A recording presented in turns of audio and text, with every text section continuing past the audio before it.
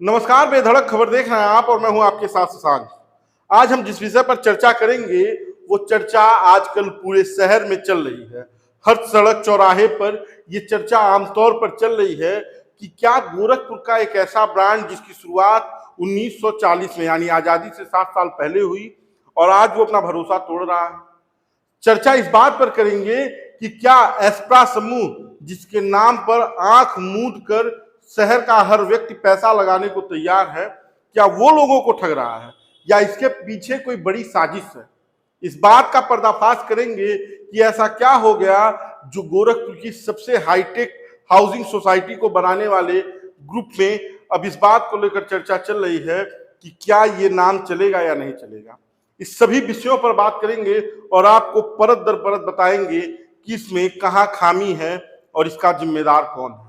इसकी वजह यह भी है कि जब से ये चर्चा शुरू हुई है कि क्या पाम पैराडाइज में जिन लोगों ने फ्लैट खरीदे हैं उन्हें फ्लैट मिलेंगे नहीं मिलेंगे, जो 300-350 लोगों ने पूरे पैसे जमा कर दिए हैं उनके भविष्य का क्या होगा, पाम पैराडाइज जो सबसे हाईटेक सोसाइटी के नाम पे गोरखपुर में आई थी उसका क्या होगा। और इस पर भी चर्चा करेंगे कि जिन लोगों ने अभी तक थोड़े बहुत पैसे देकर बुकिंग कराई है और वो इमारतें अभी ऐसे की ऐसे पड़ी हुई हैं उनका क्या होगा। देखिए, ये एक ऐसा नाम है, एक ऐसा ब्रांड है एस्प्रा समूह का जिसके नाम पे जब पाम पैराडाइज की शुरुआत हुई तो शहर का हर आदमी जिसके पास पैसे थे, जो थोड़ा अच्छा घर देखता था, एक सिक्योर व्यवस्था देखता था, वो एस्प्रा समूह के नाम पर पैसा लगाने को तैयार हुआ और लोगों को ये सपना दिखाया गया कि हम आपको एक सिक्योर घर देंगे और इसकी प्लानिंग भी जमीन पर खूब बढ़िया से की गई। लेकिन जब पाम पैराडाइज की शुरुआत हुई तो उसमें सबसे आगे तो नाम था एस्प्रा समूह का, लेकिन इसके पीछे दो चेहरे थे, एक केके कंस्ट्रक्शन और दूसरा विकास केजरीवाल का नाम। आपने जब पाम पैराडाइज की शुरुआत हुई होगी तो देखा होगा कि तमाम एफएम पर एक आवाज आती थी, मैं विकास केजरीवाल आपको सबसे सिक्योर हाउसिंग सोसाइटी में पहुंचाऊंगा, आपको ऐसा एक फ्लैट दूंगा जिसमें आप अमेरिका से भी लाइट जलाएंगे, लॉक खोलेंगे, एसी चलाएंगे। लेकिन अब चर्चा सिर्फ एस्प्रा की है, विकास केजरीवाल गायब है। जगदीश आनंद एक ऐसा चेहरा जिसको कोई जानता तक नहीं था इस शहर में, आम आदमी खास करके, लेकिन उनकी भी इसमें हिस्सेदारी थी। अब ये विवाद कहाँ हुआ, ये अंदर का मामला है, लेकिन जिन 300-350 लोगों ने पैसा लगाया एस्प्रा समूह के नाम पर, वो ये कह रहे हैं कि एस्प्रा समूह तो रजिस्ट्री कर रहा है लेकिन उसके सहयोगी जगदीश आनंद और विकास केजरीवाल उनको रजिस्ट्री नहीं कर रहे हैं, जाने पर धमकाते हैं, जब कोई दबाव बनाया जाता है तो उसकी रजिस्ट्री भी करवाते हैं। लेकिन हमारा जो पैसा लगा है, जो हमने सपनों का घर सोचा था, वो हमें नहीं मिल रहा है और इसके लिए एस्प्रा समूह आगे आकर कह रहा है हम रजिस्ट्री कर रहे हैं, आप आइए। आपने 2 दिन पीछे तमाम प्रेस कॉन्फ्रेंस देखी होगी जिसमें ये चर्चा चल रही थी कि जगदीश आनंद और विकास केजरीवाल यानी केके कंस्ट्रक्शन और विकास केजरीवाल ग्रुप ऑफ कंपनी ने लोगों से ये कहा कि हम आपकी रजिस्ट्री कर देंगे, आज आइए, कल आइए, 15 दिन बाद आइए और आपको आपकी रजिस्ट्री मिल जाएगी, हम दस्तखत कर देंगे। लेकिन अभी तक उन्हें आवास नहीं मिला। उसमें एक कैंसर पीड़ित व्यक्ति की भी कहानी सुनी गई। आप सोचिए उसने किस तरह से अपने इलाज के बीच इस सपने को देखा होगा कि हमारे परिवार के पास एक अपना घर हो जाए, हमारे बच्चों के पास अपनी छत हो जाए, लेकिन उन्हें किस तरह से बेइज्जत करके निकाल दिया गया।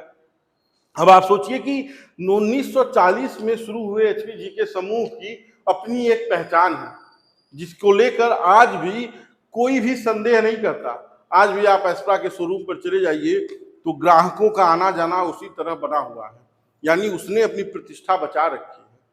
वो इस बात को जानता है कि हमारा नाम ही हमारी पहचान है। लेकिन सवाल ये है कि बाकी के 2 हिस्सेदार लोगों को क्यों नहीं वहां पर इस्टेब्लिश होने दे रहे हैं। अगर ये आपका इंटरनल मामला है, अगर ये आपके अपने हिस्से की चीज है, आपकी व्यक्तिगत बातें हैं, तो आप उन्हें क्यों लोगों को, ग्राहकों को परेशान करने के लिए ला रहे हैं। विकास केजरीवाल समूह की जगह जगह पर बिल्डिंगें बन रही हैं, उसके भी खूब बड़े बड़े अखबारों में विज्ञापन है। उसी तरह से केके कंस्ट्रक्शंस के भी बड़े बड़े काम चल रहे हैं, उसके भी खूब विज्ञापन है। गोरखपुर के पास सितारा होटल्स में से एक, जिसके ये दोनों पार्टनर हैं एस्प्रा और के कंस्ट्रक्शन, उसकी भी शुरुआत खूब जोर शोर पे हुई। लेकिन सवाल ये है कि आज जो ग्राहक जिन्होंने पाम पैराडाइज में इस सोच के साथ अपने पैसे को लगाया था, बैंक से लोन लेकर पैसा लगाया था और अपनी बचत का पैसा लगाया था, बीवी के गहने बेचकर पैसा लगाया था, उन लोगों को उनका आवाज क्यों नहीं मिल पा रहा है? एस्पा समूह तो ये कह रहा है कि हम दस्तखत कर रहे हैं और हम दस्तखत करने को तैयार हैं। बाकी के दो लोगों की जो समस्या है वो एस्पा समूह से होगी, ग्राहकों से तो होगी नहीं।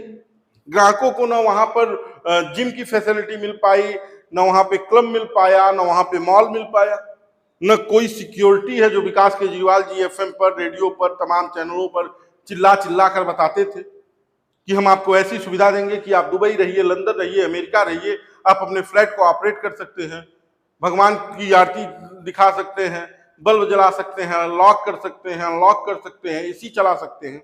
क्या हुआ विकास केजरीवाल जी? आप यहां से लेकर बस्ती तक तमाम प्रोजेक्ट्स बना रहे हैं, कौन आप पर भरोसा करेगा? ये सवाल आपसे है और सवाल जगदीश आनंद जी से भी है जो के कंस्ट्रक्शन चला रहे हैं। आपके अगर अंदरूनी मामले हैं, आपके व्यवसायिक मामले में हैं, तो वो व्यक्ति जिसने आपके सिस्टम में इन्वेस्ट किया है, जिसके पैसे से आपने ये बिल्डिंग स्टार्ट की है, उसका क्या दोष है? वो आम आदमी है, आपकी तरह करोड़पति, अरबपति, खरबपति तो नहीं कि जो आज यहां नहीं तो वहां पैसा लगा देगा। कम से कम उसको तो उसका आशियाना दे दीजिए। आप मत दीजिए हाईटेक सिक्योरिटी, आप मत दीजिए एसी ऑन ऑफ करने की सेवा, लेकिन कम से कम उसको उसकी छत तो दे दीजिए। ये सवाल आपसे है। आज एस्पा समूह ये कहने के लिए तैयार है कि हम हर जगह दस्तखत करने को तैयार हैं, और ये वो ग्राहक भी कह रहे हैं जो ठगे गए हैं। वो कह रहे हैं हमारे साथ एस्पा समूह है, वो दस्तखत कर भी रहा है, लेकिन दस्तखत कोई नहीं कर रहा है तो जगदीश आनंद है और विकास केजरीवाल है। वो के ग्रुप है और विकास केजरीवाल का समूह है। इन दोनों समूहों के द्वारा किसी भी प्रकार का सहयोग नहीं दिखाया जा रहा ग्राहकों की तरफ से, और ये पूरे शहर में बिल्डिंग का बिल्डिंग खड़े कर रहे हैं। कुछ लोगों ने तो खुलकर ये कहा कि विकास केजरीवाल जी ने क्लब के नाम पर जो पैसा उठाया था उसे ले जाकर दूसरी जगहों पर इन्वेस्ट कर दिया और उससे अपनी अलग इमारत खड़ा कर रहे हैं, लेकिन यहाँ सुविधाओं का अभाव है, गार्ड्स की सैलरी तक नहीं दी जा रही है, और हम इस हाईटेक सोसाइटी में जहाँ मोबाइल से लॉक खोलना था, बंद करना था, दिल्ली लंदन से एसी चलनी थी, बंद करनी थी, वहां पर सिक्योरिटी गार्ड के विहीन हो गए हैं। हम अपनी व्यवस्थाओं से यहाँ की सुरक्षा चला रहे हैं। लोग फ्लैट क्यों लेते हैं, बहुमंजिली इमारतों में क्यों रहते हैं? उसकी वजह यह है कि इन लोगों को सुरक्षा चाहिए, इन्हें इस बात का एहसास होना चाहिए कि हमारे घर में कभी चोरी नहीं होगी। और आपने यही सपने दिखाए थे, पर वो सपने कहाँ गए, ये एक बड़ा सवाल है। आज की डेट में अगर जो ग्राहक आपके नाम पर, आपके काम पर आपके पास पैसा दिए थे, उन्हें छत नहीं मिल पाई, तो आपके कितने भी बड़े बड़े प्रोजेक्ट्स चले, उनका क्या होगा? उनसे क्या रिजल्ट आएगा, क्या निर्णय होगा? एस्पा समूह अपनी पहचान को बचाने के लिए, बनाने के लिए ग्राहकों के लिए दस्तखत कर रहा है, लेकिन आप लोगों ने तो वो भी करने से मना कर दिया। आपकी जो अंदरूनी समस्या है उसे आप अपने टेबल टॉक पे सुलझाइए, आप उसे मिलजुल कर सुलझाइए, लेकिन सवाल ये है कि क्या इसके लिए ग्राहकों को सफर कराना, एक आदमी कैंसर पीड़ित है उसके साथ इस तरह से व्यवहार करना, या अगर नहीं भी कोई है तो वो जिसने आपको पैसा दिया, आपने मेहनत की कमाई दिया है, उसे अपने दरवाजे पर दौड़ाना, ये कहां तक शोभनीय है? लोगों ने बैंक से लोन लिया है, उसकी ईएमआई जा रही है, और उसके बावजूद वो किराए के मकान में अगर पड़े हैं तो इसका जिम्मेदार कौन है? ये मुख्यमंत्री का शहर है, और यहाँ पर इस तरह की दादागिरी नहीं चलेगी। आप जितने दिन करना चाहिए कर लीजिए, लेकिन आपको इन लोगों का मकान जरूर देना पड़ेगा, इन लोगों का आशियाना जरूर देना पड़ेगा, और हम इस मुहिम को लगातार चलाएंगे। बाकी का बेधड़क खबर देखते रहिए। इस वीडियो पर राय दीजिए, वीडियो शेयर जरूर कीजिए। धन्यवाद।